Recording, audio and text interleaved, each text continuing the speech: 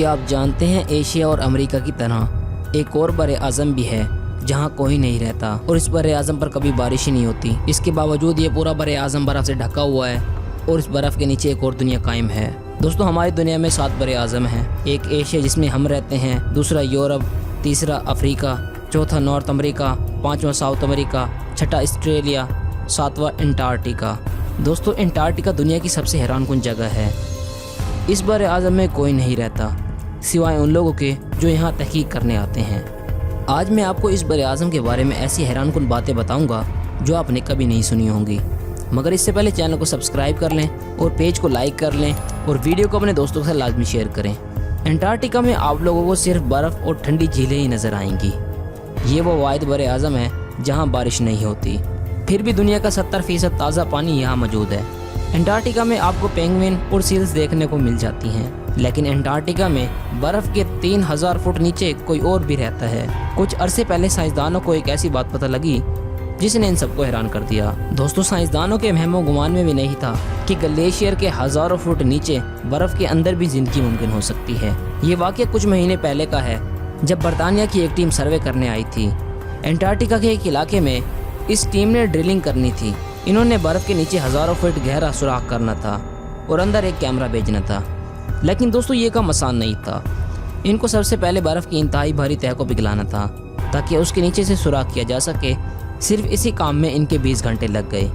Camera Aahista Aahista बर्फ़ के नीचे जाता रहा।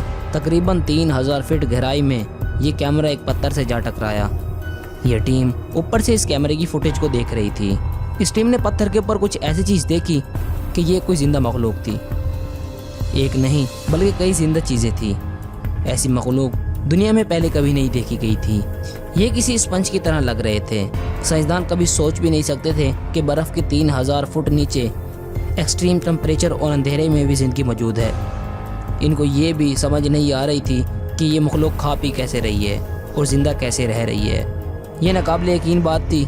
दोस्तों, अब अल्लाह की कुदरत देखें। आसमान पर उड़ने वाले परिंदे हों या ज़मीन पर रेंगने वाली चींटी या पानी में तैरने वाली मछलियाँ या फिर बर्फ़ के हज़ारों फीट नीचे कोई मखलूक हो, हर किसी को अल्लाह इसका रिस्क पहुँचा रहा है। ये मखलूक साइंसदानों के लिए एक बहुत बड़ी डिस्कवरी थी।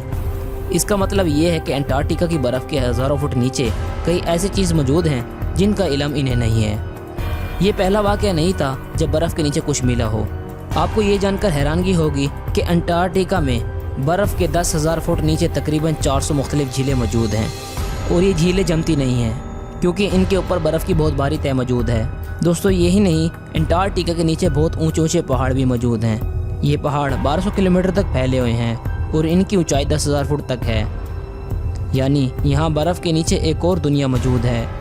इन पहाड़ों को 1958 में रशिया के एक साइंसदान ने ढूंढा था और तभी इन पहाड़ों का नाम रख दिया गया।